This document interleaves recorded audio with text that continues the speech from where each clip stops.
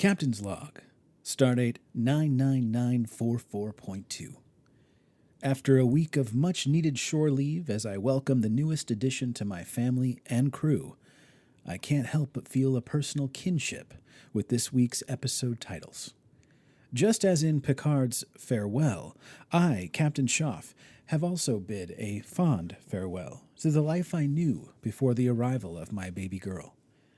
And just as in Strange New Worlds, I, too, am embarking on a new mission into a strange new world as the father of not one, but two gorgeous girls.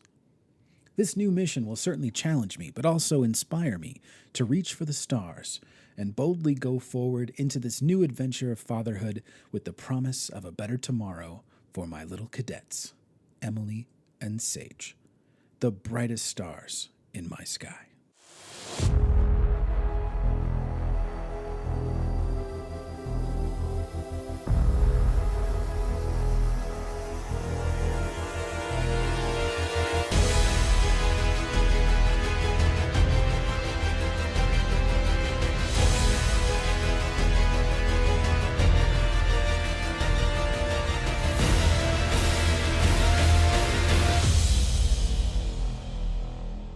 Welcome back to TREKnological. I am Captain Schaff of the USS TREKnological.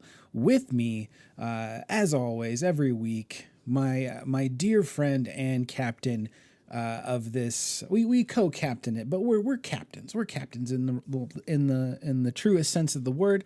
And I could not do what I do on TREKnological without Captain Vactor. How are you, Captain Vactor? I'm doing very well, and I am happy to have Captain Schaff back after his 1 week hiatus. And congratulations, Schaff. Thank you. Yes, I am the proud daddy of a newborn baby girl. So she's almost 10 days old at this point. So yeah, it's been a wild 10 days, but fantastic and just loving it. So yeah, it's been great. Full disclosure, folks, now that I have two kiddos, I've got to keep a mindful eye on what's happening with my older kiddo. So if there's any video being recorded or if I pause for a moment, I might be just double checking and making sure that she's still asleep because we're recording this later and I definitely don't want her to wake up because I have to then abruptly stop this podcast and I don't want to stop. So thank you so much for listening. Of course, we are a Star Trek Shakedown podcast, so that means that we are going to be talking about what's happening in Star Trek on TV. We'll also, from time to time, talk about Trek news, and also if there's not any Trek shows that are currently on air, then we can always look back to previous episodes, previous seasons or shows, and movies too. So there's a lot of content out there for us to explore. And I'm so glad to get to do this with my dear friend, Vactor. Yeah. We are part of a podcast network as well. So just a quick bit about that. With the Geek, so to speak, podcast network is where we're at. And so we represent the Star Trek centric podcast for it. But there's also a comic book podcast called We Love Comics. Yeah. And that is Vactor's comic love child, if you will. So he has a chance to talk about all the latest comic books as well as comic books that he may have missed over the years. And he does that with his good friend Seabury. Yeah. So, and then from time to time, he also has additional guests, including Hunter Camp. It's a great podcast. If you like comic books, tune into that. And then, of course, we have a video game podcast called The Sandbox Gamers, which Vactor is also a co-host on, in addition to Wonder Rob, who is the co-host of Geek, so to speak, our main podcast. And then also Jeff W. is also on that, too. And if you don't know anything about Jeff W., he's always angry. It's crazy. Why are you so angry?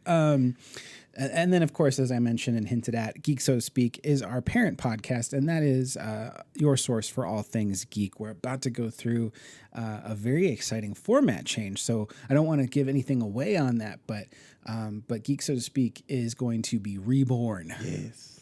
And that'll happen very, very soon. So more news to follow on that. We hope that you'll share this TREKnological podcast with your friends and family. We know Star Trek is something that's usually shared and passed down generation to generation. So we hope that in turn, you'll share this podcast that you're enjoying, hopefully, with your friends and family too. How could they not, all right, Shaw? Vector. Let's go ahead and scan the planet's surface for any sign of Trek news. I found some Trek news, sir. Shall I display it on the main view screen? Negative. Let's beam the news aboard and make it available for our listeners in the show notes, as we have a daunting mission this week discussing not one, but 2 Star Trek shows. Woo! Just out of curiosity, Captain Vector, what kinds of stories did you find? Well, there's a bunch of news stories that I think our listeners would love to check out. You can head over to, like Shaw said, our show notes. But also we've got a iconic 1964 pilot that can be seen over at Gizmodo. StarTrek.com has some quizzes about Pike and Spock. Channing Tatum is in talks for Star Trek 4. I wonder if they're ever going to let Chris Pine know that. Well, by the way, that news, the Channing Tatum news, that comes from giantfreakinrobot.com. And I just want to throw that out there with a grain of salt. They are an extremely untrustworthy news site. So take the Channing Tatum news, not too seriously, but I just thought it was really funny that he might be joining Star Trek. So, because I really hope that does not ever happen, but I just thought it was funny news to share, so I thought I'd include it. Yeah. And this week we saw May the 4th, and Star Trek was trying to steal May the 4th from Star Wars. Now that one is a reliable source, Shaw. That's CNN. Yeah, that's true. And then finally, as every week, the Ready Room you can check out over on Paramount Plus's YouTube channel or StarTrek.com. But they've got a very good interview with Anson Mount and Akiva Goldsman. I was just watching a bit of that before we started the podcast, and it is a great interview so far. You can just tell how much Anson Mount loves Star Trek and has loved it since being a child and pretending to be in the captain's chair. And now he's physically sitting in it, commanding the Enterprise. So that's so exciting. Yeah.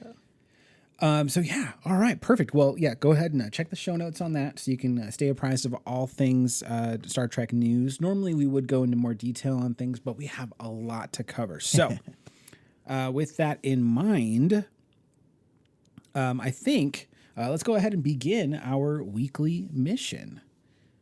Set a course for our episodes recap. Maximum warp. Aye, sir. Course laid in. Punch it.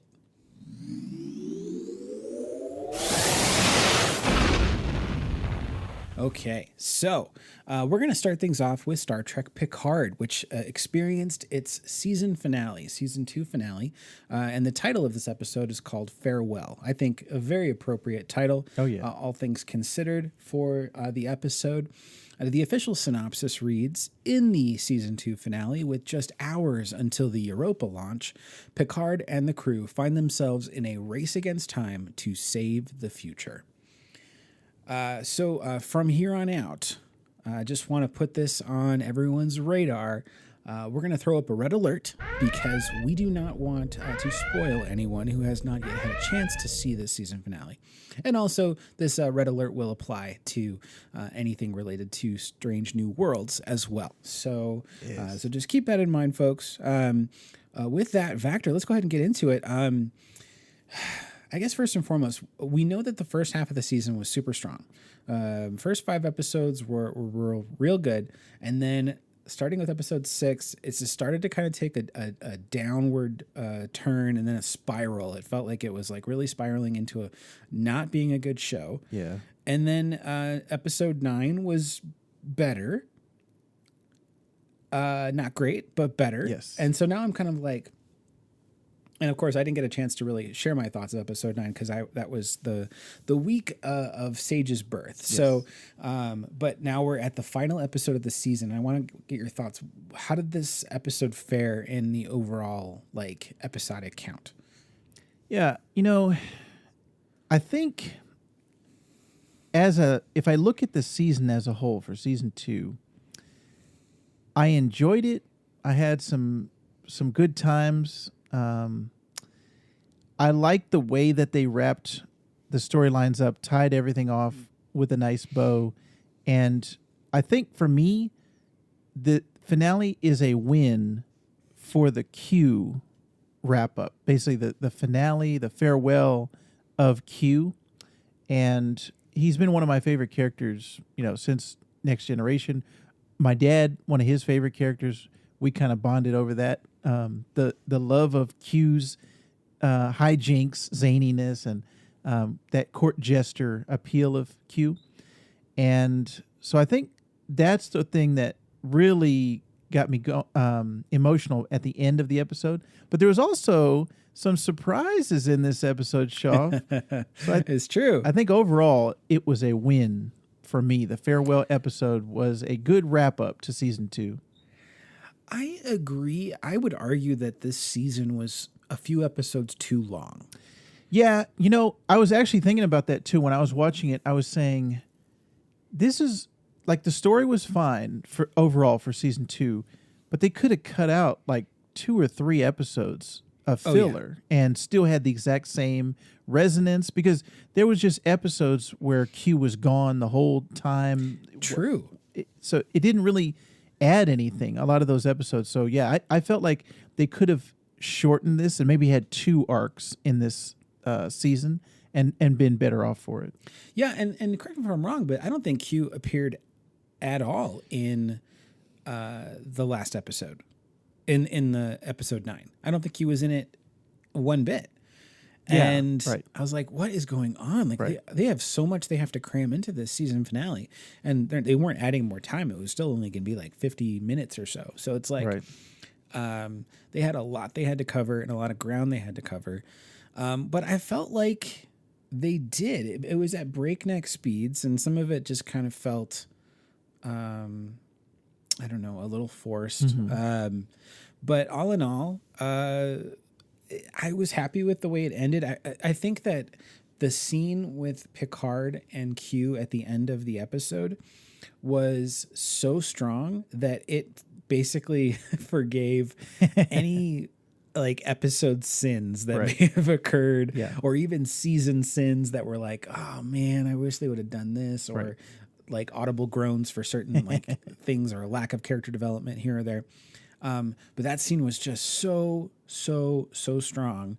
And the dialogue was so great. And when you have John Delancey, who frequently does Shakespeare, he delivered all of his lines with such gravitas, such, gosh, there was just so much power and emotion behind everything. And then acting across from Sir Patty Stew, I mean, the two of them are acting powerhouses. So it was just so great to watch. And I couldn't help but feel a little bit emotional by the end of it myself. So I wanted to share a quick, or maybe not so quick. I think it's like a couple minute scene, but I'll try and find like the best moment of this.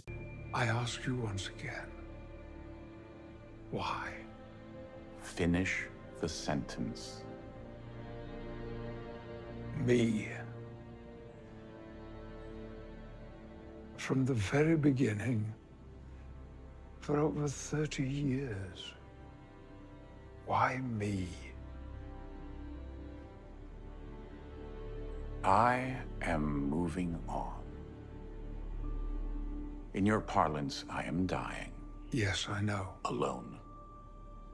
I am dying alone. I do not want that for you.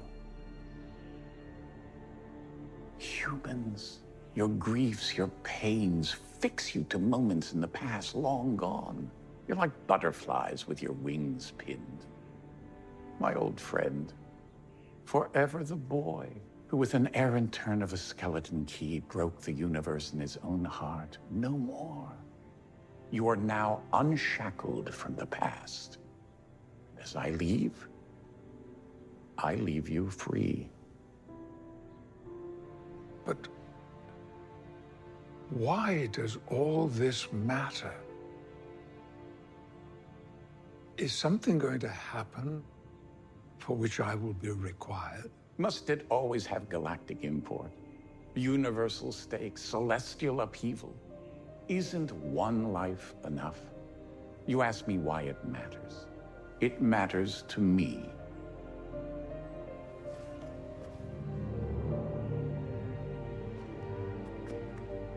You matter to me.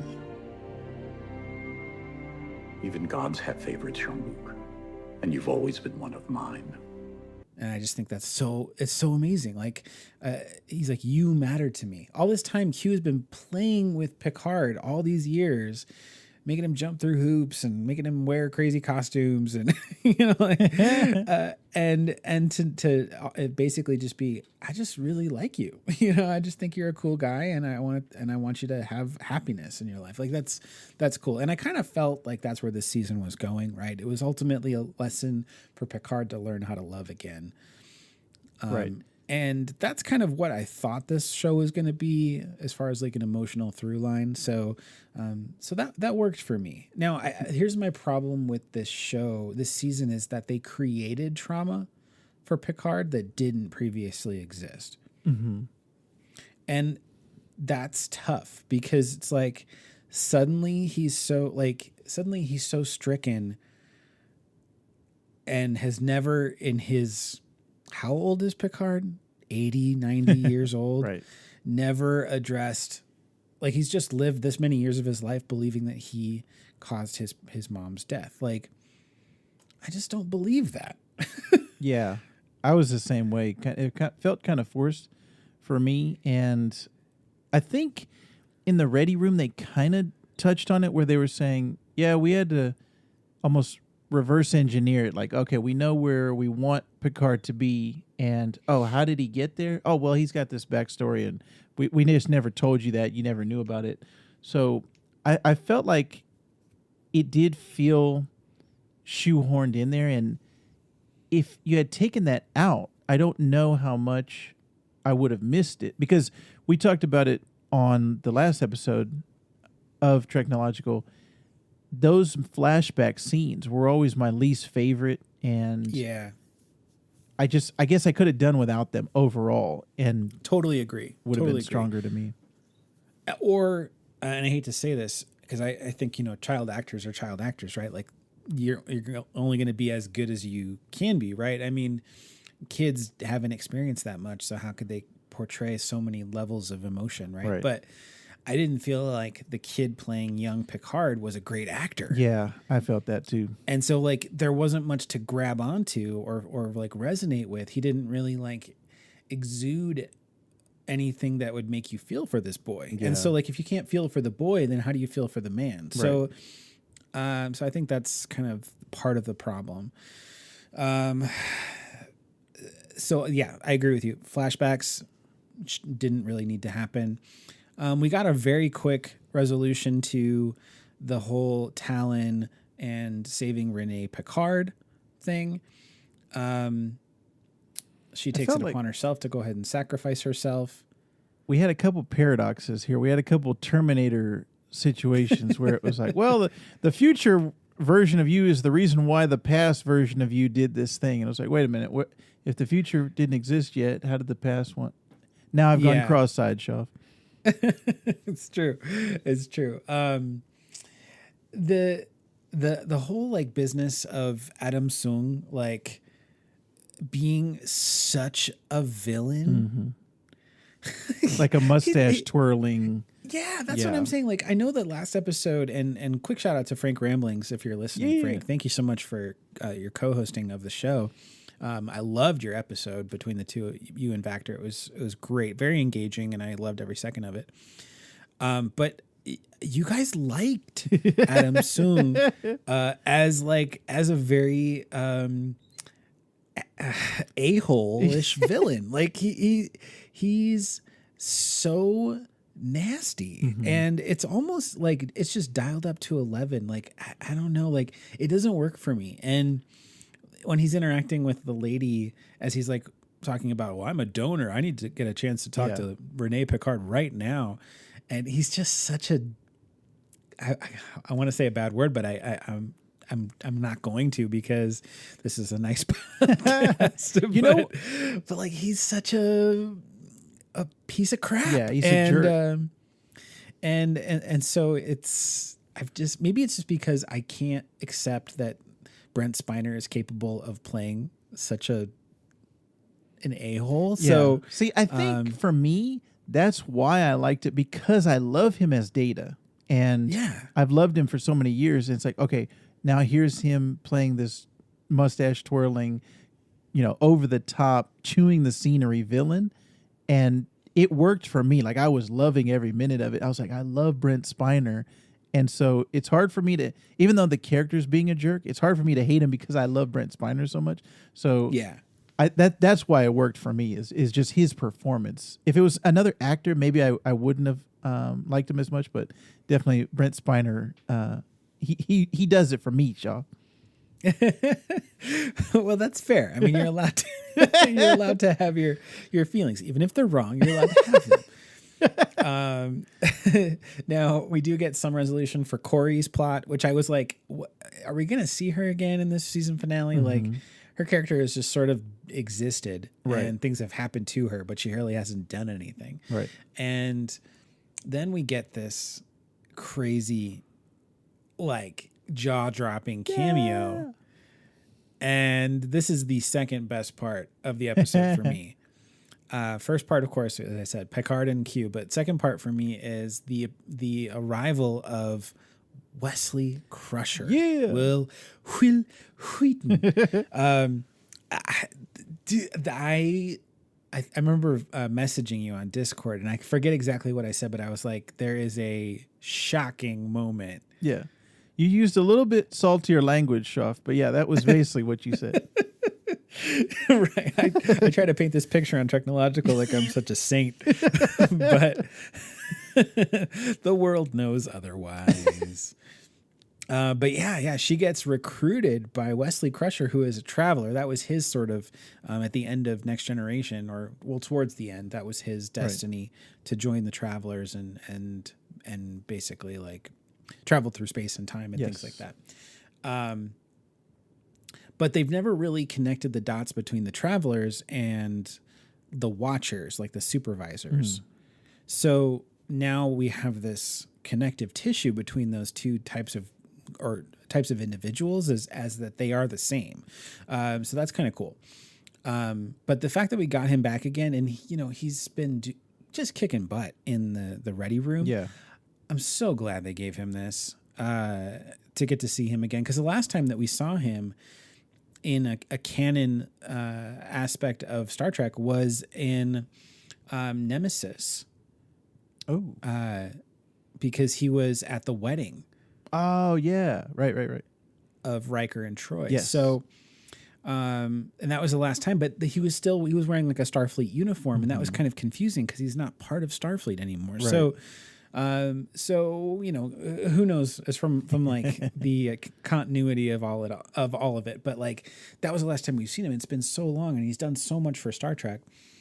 So I'm just so glad, and it's so nice to see him again. And it's kind of funny because even though I had such a positive response to that moment of him appearing and talking to Corey, I read some articles of reviews of this episode, and they were not kind at all to this episode in general, saying that it was like the most unhinged hour of television ever. And in addition, that the whole scene with Wesley Crusher like played off way too creepy. Like if someone actually walked up to you and told you these things while you were like hanging out on the beach somewhere and like you're on this secluded gazebo and you get confronted by this guy and he's like, hold my hand and let me take you away. You would not go with him. So, he was basically a stranger with candy, and Corey just went out and like, I want that. I would love to go with you, Wesley. Right. So, I feel it feels weird to be on the other side of it, that I enjoyed it, but maybe that's just the nostalgia. Maybe that's all I needed was just that fan service of, I'd love to see Wesley Crusher. Here's a great Right. cameo. Let's fit him into it. So, Yeah. and also the fact that she's out and about means that she could show up. Corey could show up again in the future. She could show up in the 25th century storyline. Right.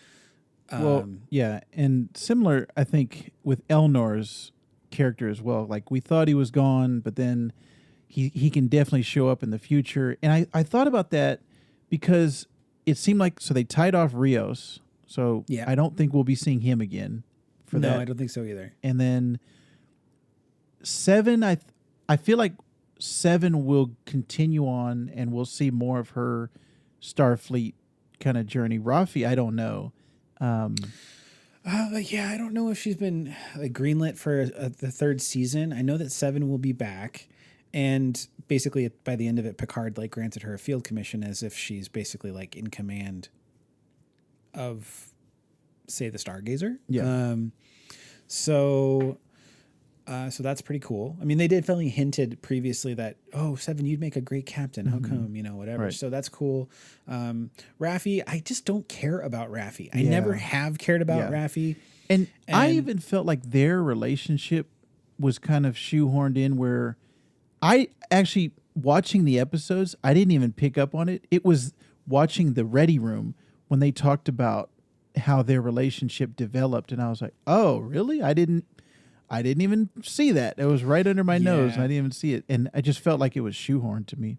I agree. To me, I feel like it was something where it was Star Trek's attempt to be... I mean, Star Trek never lacks for inclusivity, but I think that was their way of giving an opportunity for characters to demonstrate that. Yeah.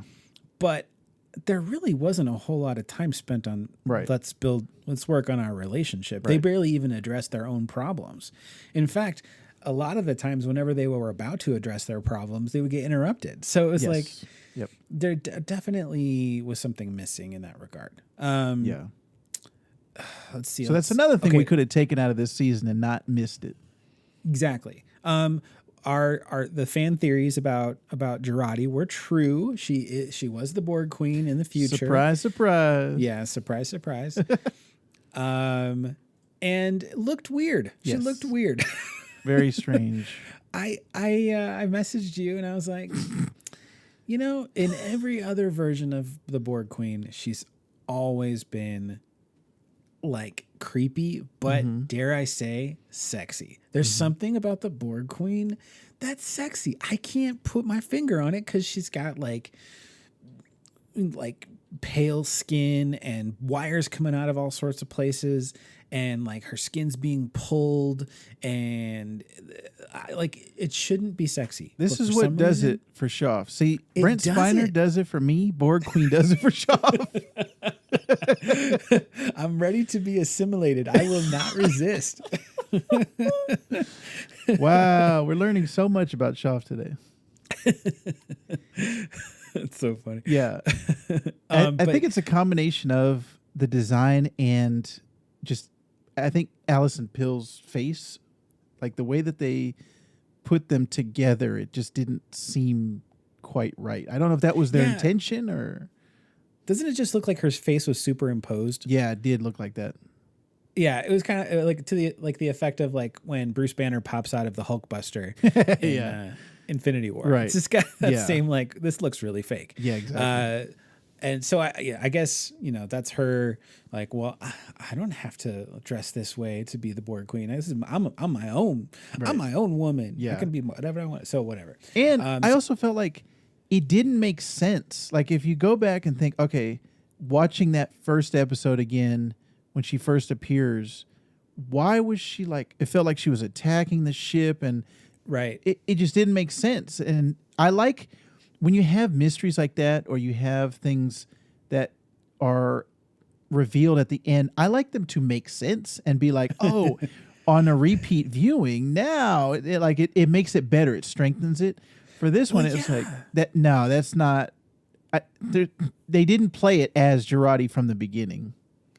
Well, and that's my thing. It's either they, I mean, obviously they were trying to hide her identity, right? So they planned this all along. But why does Jurati think that is the best way to get the proper response out of Picard. Like, it doesn't make sense. Why not just show up, show your face, say I'm Jurati, Yes. but I was turned into a Borg because of this. Like, Right. granted, I realize that negates the whole story. Like, and it makes it like not worth telling the story or not showing it. But I'm like, the whole season hinged on the fact that Jurati, as the Borg Queen, doesn't reveal her identity right away. Right.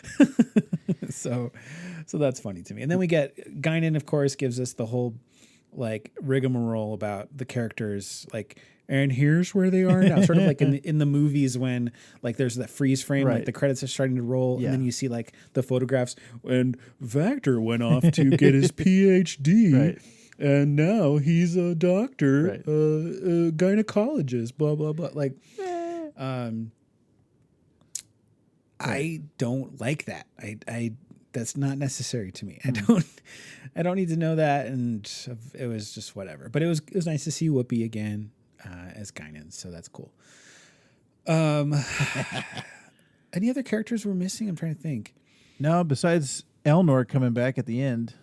Yeah, and he's been a nothing character for me too, and that's kind of been the way of things for the first season too. I didn't care about Elnor, I didn't care about Raffi, and so the loss of Elnor and its effect on Raffi didn't really equate for me either. So I think they just had too much to do, and so I think they had to get rid of Elnor just to give Raffi some thing to struggle with. Yeah, exactly. And I wonder if, revealing that the Next Generation cast is going to be on next season was a response. Maybe they didn't have confidence in the new characters or this, new storylines. And they're saying, well, hey guys, remember the old guys you love so much? They're coming back. Let's bring them back for season 3. Give them a reason to come back for season 3. And it's like, well, that's kind of the reason we've been watching Picard from the beginning, was because of our nostalgia and our love of TNG. So yeah, give us what we want. Let's see it in the next season. Yeah, agreed. Yeah. So, I mean, all in all, I think the season was good. We don't necessarily know if Picard and, Laris are going to make it. It's kind of left in an ambiguous place, which is okay by me. Yeah. I kind of personally hope that they don't work out, because in my ideal, like if I could like be a matchmaker, I'd want Picard to end up with Beverly Crusher. Like that's what we've all wanted and seen for years and years and years. Right. So like the fact that she's going to be back in season 3, like I think that's part of it. I think like it's kind of like if Picard really hasn't dated, right? Like if he's like, you don't marry your high school sweetheart. My parents did, but I don't think it's a good idea. So like Picard, if we're like equating his experience with love, like he's basically a teenager, right? So like, I don't think Laris is going to be the it person for him. He could like try and see if it works out, but like he's not going to have it all figured out, right? Just like none of us did with our first relationship. So I hope that he screws things up with Laris, and then he's like, what I need is to be crushed by the Bevs. Wow. So, it writes so that itself. would be, so yeah, so that's that. Let us know what you guys thought about Star Trek Picard. We would love to hear your thoughts on our Anchor. We have the voicemail option on Anchor. So if you go in our show notes, at the way bottom, there's a link. And if you click on it, there's actually a way where you can leave us a message and we'll play it on the podcast. It's a great way to give us feedback, compliment us, tell us about how great our voices sound and how much you agree with us and how we're always right and things like that. But yeah, so like we would love to hear from you, and that's just a great way to engage with us so we can then engage back with you. So that's a lot of fun. Yeah. We definitely want to make sure we allow some time to talk about Star Trek Strange New Worlds, which had its series premiere, also on Thursday. It was a big day in Star Trek. So let's move on to that one. What do you say, Vactor? Oh, yeah. Okay, so the official synopsis of this one is: when one of Pike's officers goes missing while on a secret mission for Starfleet. Pike has to come out of a self-imposed exile. He must navigate how to rescue his officer while struggling with what to do with the vision of the future he's been given. Now, for those that are really familiar with the original series, and for those that are really familiar with all of the seasons of Discovery, especially season 3. No, I'm sorry, season 2? I think it was season 2. Yes. Then you would know sort of what Captain Pike is experiencing, what is the struggle that he's going through. But for anyone that is not familiar with those two shows, original series and Discovery, this may be a bit of a challenge initially for this episode to understand what Pike is dealing with. Obviously, we get some flashbacks in the episode, which are helpful, especially for anyone that's not caught up. And I know, Vactor, you are in that boat for Discovery. Yeah. So did you find it jarring at all from a following the plot initially when you meet Pike for the first time and you're seeing all this going on? Like, were you like, did I miss a page? Am I like jumping into the middle of this and I'm like, I don't know what's going on? Like, how did you feel? I felt that way when I first found out, doing this podcast and talking to you, when I first found out that their storyline comes from Discovery, and I doing a little research, I said that was the way I was feeling at the time. I was saying, oh man, I missed this. I really need to go back and watch Discovery and get caught up. But I think in the course of watching the episode, they do a good job of explaining the visions that he's having and kind of the anxieties that he's having. Discovery gets mentioned, hey, what we did on Discovery, this, blah, blah, blah.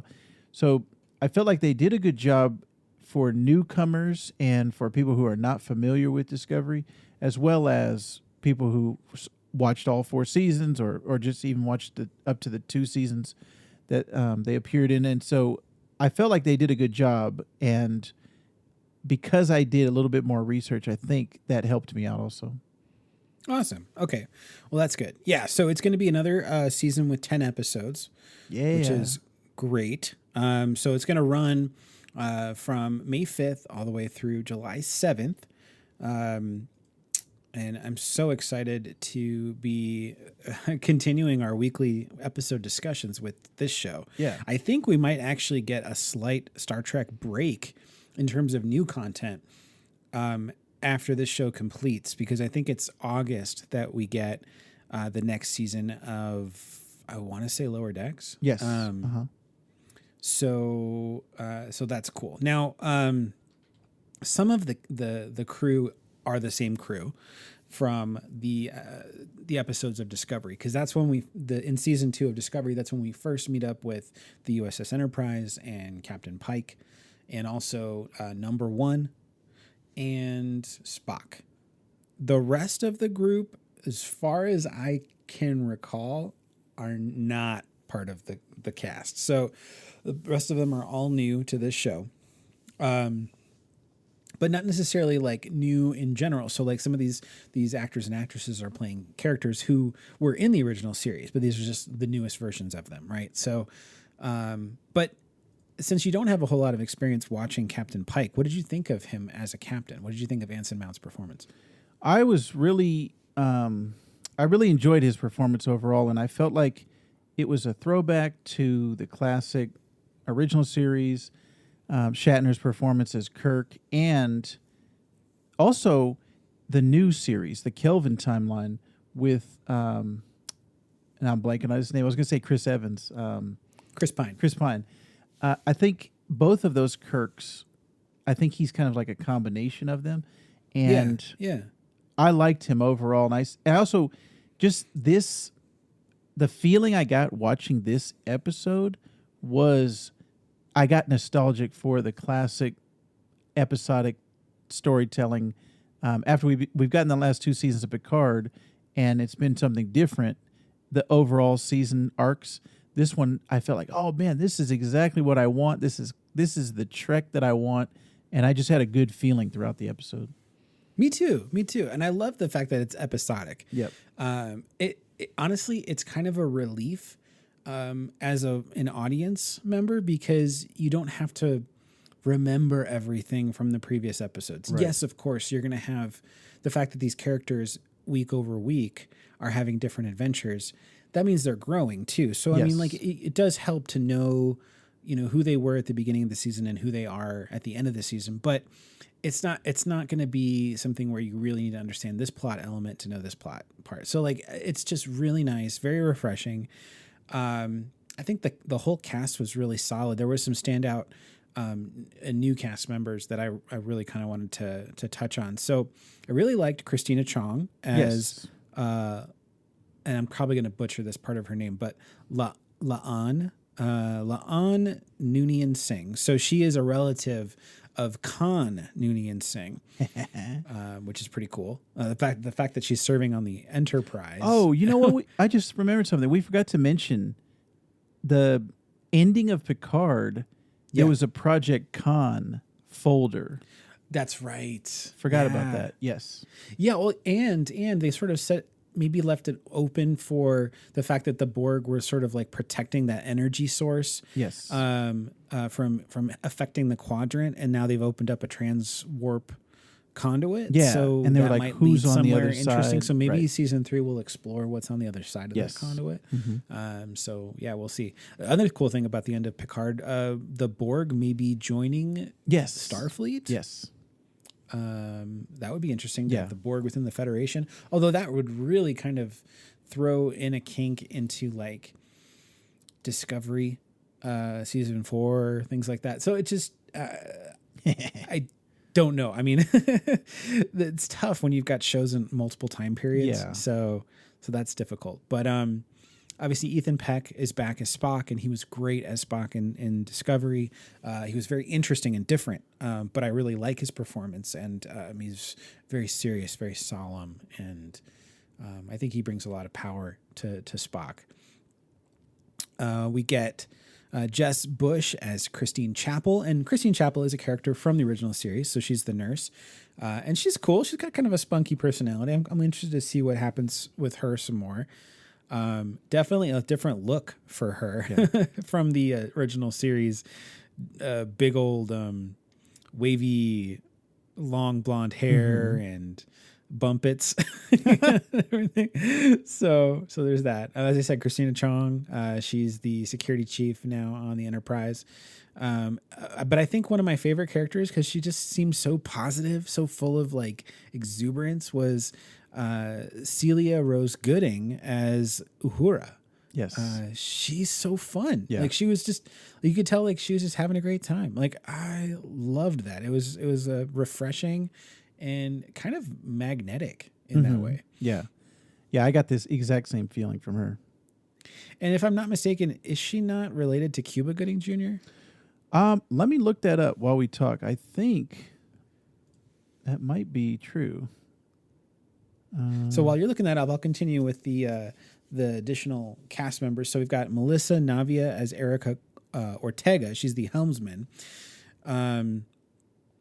I guess her name itself is a reference to an original Star Trek pitch, which included a navigator named Jose Ortegas. So that's why she's got the last name Ortegas. But she seems fun. She's kind of spunky. She's got a cool haircut. Yeah, that's nothing else. She's got a really cool haircut. That seemed to be her defining trait was, hey, look at this different haircut. I know. I was like, I'm going to ask the barber for that haircut the next time I'm in. Can you make me look like Erica Ortegas? We get Mbenga as the doctor aboard the Enterprise, and that's another character from the original series, so that's pretty cool. A character that we see at the very, very end of the episode, but he doesn't speak, and he's not referenced by name. He is an Andorian, but specifically, he's an albino subspecies of Andorian. His name is Hemmer. And I guess this version of the Andorians are generally depicted as being blind. And interestingly enough, Bruce Horak, who plays Hemmer, is blind in one eye with limited sight in the other. So it's I think pretty cool that they cast a partially blind man in a blind role. So that's cool. Like you said, inclusion throughout Star Trek. Yeah, it's awesome. We got I can't talk. Rebecca Romaine is back as number one. Now, here's the funny part. I didn't know this was number one's real first name. But to me, it feels a lot like the whole like Han Solo thing. So her first name is Una. And isn't Uno like it's like the female version of Uno, which means one. Right. So she's number one. Like I'm just like, is he calling her number one because her name is Una, or number one because that's what you call your first officer? Like, just like, yeah. Okay. So that was kind of weird to me. We get a character who is on the original series, animated series, Robert April. He's a Starfleet admiral. We also get Sam Kirk. Samuel Kirk is on the Enterprise. So he is brother to James T. Kirk. So we're going to get to see a Kirk before the real Kirk shows up. So James T. Kirk was cast, or no, I shouldn't say he was cast, but that dude from Vampire Diaries was cast Paul Wesley as, thank you, was cast as James T. Kirk for season 2 of Strange New Worlds, which is currently in production right now. So we're going to get to see Sam Kirk first. So it makes me kind of wonder, are they going to get a chance to interact with each other? Or I don't even remember anything about Sam Kirk ever before. So like, is something going to happen to him? Like I would say, I don't know if Sam was wearing a red shirt, but he probably owns a red shirt, and I just don't feel like he's going to have a long future. Right. Because what's the purpose of introducing him when we know Tiberius is coming next season? So, yeah, exactly. And then we also see Spock's fiance, who va va voom. My goodness gracious. Whew. T'Pring. She was making all sorts of aspects of me T'Pring. So yeah, she beautiful, fun, thoughtful, interesting. She commanded that role in every shape of the word. Which, by the way, side note. Yeah, Gia Sandu. Thank you. Side note, I took a look at the timestamp. By 10 minutes into the episode, there were, I think, 3 people almost naked. I'm like, what is going on? It's a new Trek. This ain't your daddy's Trek. This is sex Trek. This is Star Trek, the sex generation. So yeah, I mean, the elements of this episode just dealt a lot with dealing with the pre-warp community, which was definitely an allegory to what we're dealing with right now, with the potential of a conflict leading to a full-scale war, a world war. And they were even apparently using some footage when Captain Pike is talking to this alien world, and they were sharing footage from one of the Ukrainian riots. Yes. Or protests, I'm sorry. So I guess that kind of left a lot of people rubbed the wrong way. Mm-hmm. I don't know. Here's my thing about all of this, and I don't want to get political, but like, these things happened, right? It's like we can't deny that these moments are happening around the world. So I think Star Trek is always stronger when it shines a mirror back on our own society to force us to kind of deal with our stuff. And that was one of the big things with original series. One of the big things with Next Generation is the allegorical episodes were always dealing with conflict that we could relate to on a personal level. So I think that's where this episode is really strong, is because it forces us to say, yeah, we're a pre-warp civilization on the brink of collapse with with uprisings, and we can't get our stuff together, and we're constantly in conflict with each other. Like, this is where our future is going to head us to, is a world war, and it's going to take a while to rebuild before we can become this unified group like the Federation is, or something like that. Yeah. So I love when Star Trek does this stuff. Yeah, I thought this was a perfect first episode. This storyline and this, dealing with pre-warp civilization, and then what was it that they called it? And then at the end, they were like, "Oh yeah, let's call it the Prime Directive." That'll never stick. What did they call it throughout the episode? I think it just was a number. It was like, yeah, it was something like something the 0, number 1. one. I don't. Yeah. Yeah. Basically the same thing, but yeah.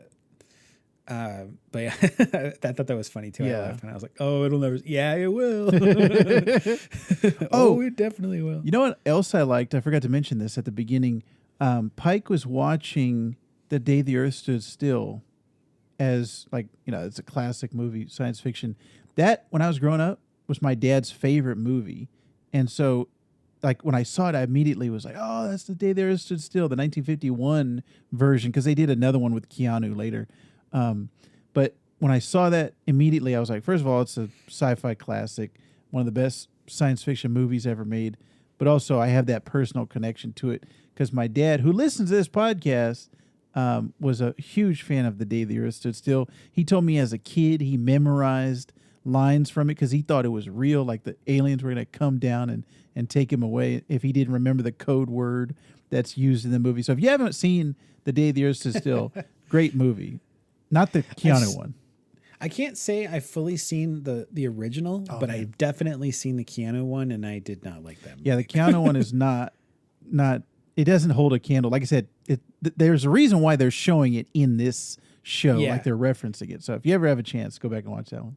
Well, and it's interesting because Captain Pike, who's watching it, ends up being, I think that character's name is Gort, if I'm not mistaken. Yes.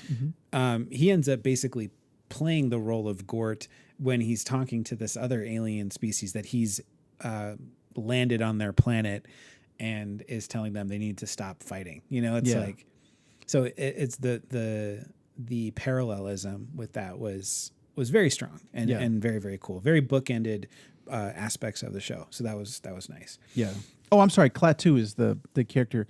That was the one that arrives on Earth, and he's not supposed to directly interfere, but that's the same Pike. There's that parallel between what Pike happens to Pike. Nice. Yeah. The aspect of Pike's fate, that he's going to die from this, or rather, he's not going to die right away, but he suffers some crazy radiation, but saves a whole bunch of crew, and then he ends up confined to this. It's not a wheelchair, obviously, like a hover chair that he has no abilities to really speak or convey anything, and he just sort of communicates through lights on this floating chair. Lights.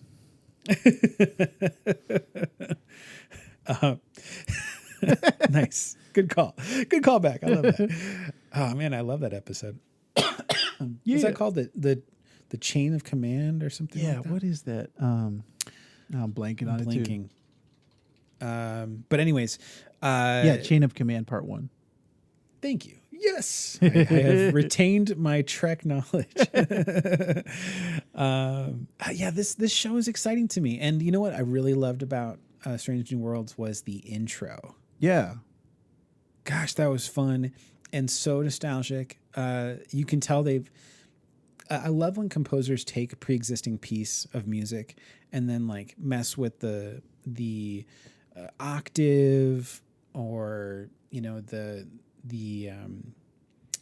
gosh, I'm blanking on the term. Basically, they just screw around with it enough where it's still the same song, but they've adjusted the notes just slightly to create something new and something that conveys the right tone. And that's what I feel like they've done with Strange New Worlds. There's a lot of that original series sound, but there's definitely something else that modernizes it, and it's pretty great. Yeah. Yeah, there's a ton of original series sounds that get shouted out. Sound effects, like there's the beaming sound and that whistle, the wee, like that Navy whistle. There's a ton of stuff, and I loved all of the references, from the original series and from other Star Trek movies and things. So I was just over the moon for this episode and this new series. I was really anticipating it going into it, and it lived up to all of my expectations. I said There was that Pike has a really good speech in the episode, and it was Yeah. like, man, this feels like old school Trek, and you know, I feel positive about everything that's happening. Where it makes me, you know, want to see change in the world. It makes me want to see the utopia that we get in Star Trek. I want to see that in my own world. So that's, I think, Ooh, I like that. a good thing about this show. Yeah, and I think it's great too that, you know, with something like the Enterprise, like it's different when you can create a new ship for a new show and you can make it whatever you want to be. But the Enterprise is iconic. You can't mess with that too much, Right. without people getting upset. Because people know what the Enterprise looks like. The saucer, the nacelles, like all of it is very where things are need to be where they are. But I think that, and especially when this show is technically supposed to take place before Captain Kirk is in command of the Enterprise, Right. before the events of the movies, before the original series show, like all that stuff. Like, we know what the Enterprise looked like on that show. Right. If they really made it look like that, we would all be like rolling our eyes, like this doesn't look nice. Right. Like, you have to update it and make it look appropriate with the technology that exists for visual effects. But they still have done a really solid job of making it still look like the Enterprise as it should, with the deflector dish, with the way the red part of the nacelles in the front, the way it spins, like it's all of it is so good. Yeah. It was So, even so cool good. to see the aliens create the little ship cutouts of the Enterprise when they first see just the shape of the ship, and they're holding up these little paper cutouts of it. I was like, yeah, that's such an iconic shape, and seeing it, I've been downloading wallpapers leading up to this, and seeing it just all over the place is great. It was called General Order Number 1. I just looked it up. Oh, there we go. Yeah, Okay. and I guess, again, I wouldn't know this, but you probably know this, Shav. In the Discovery era, they said it's mostly been called General Order Number 1, not been referred to as the Prime Directive. Obviously, we just got that in this first episode. So that's news to me, Shav. News to me too. I didn't know that. Also, well, she's not related to Cuba Gooding Jr. she's not. Yeah, from Okay. everything I could tell. Well, good. Good for her. Yeah, it's not too great to be related to Cuba right now. No, you don't want that. That's not so gooding to be related to him. Well, thank goodness. And no, Trekkies, I'm not racist. Okay, jeez, Louise, I'm gonna put that out there. I sincerely thought that they were related. They are not related. Okay. Anyways, she's awesome. I look forward to more from Yes. Uhura. She's really, really cool and a lot of fun. Yeah.